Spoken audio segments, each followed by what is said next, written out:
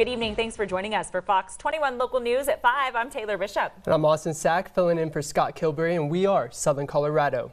Now first on Fox 21, a deadly officer-involved shooting in Colorado Springs this morning. And in Pueblo, a son accused of shooting his father after an argument over using the family's car early Saturday morning.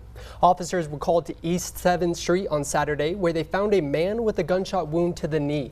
Initial statements from family describe shots being fired outside the home. They say at one point the victim said he went outside to see what was happening, and that's when he was shot in the knee. It was found that the victim's 17-year-old son shot his father because he would not let his son borrow the family van.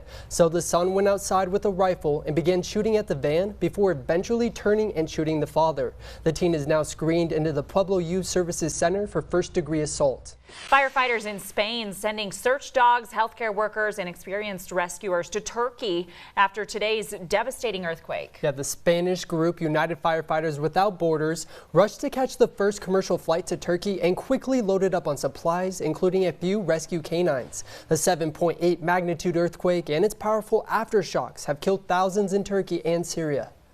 The death toll rising as rescuers search through demolished buildings and rubble for survivors. A United Firefighters Without Borders spokesman says the team expects to be working on the ground for at least 5 days, given the scale of the quake's destruction. Relief is on the way for Colorado's high utility bills. It sure is. In an effort to help save Coloradans money on energy, Governor Jared Polis is unveiling a new plan to provide short-term and long-term relief for high energy costs for our homes and businesses.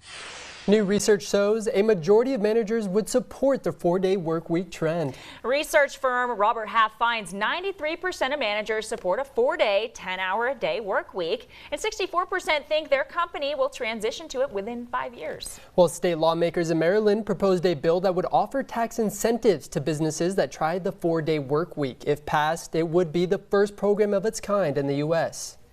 But bad news if you were hoping to get your state tax return early. Officials report Colorado's system is not ready just yet. That's because in November, voters changed the tax rate, one of multiple new tax laws the state is trying to get into the system.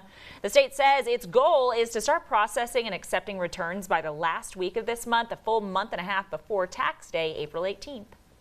And a new bill is being considered in the state legislature, and it would ban pet rent and deposits for pet owners. Now, if passed, the bill would provide several protections for pet ownership and housing, and is currently being heard by the Transportation, Housing, and Local Government Committee. If passed, the bill would prohibit homeowner insurance providers from changing policy premiums based on the breed of dog, and would also prohibit landlords from charging an additional security deposit or rent amounts for pets.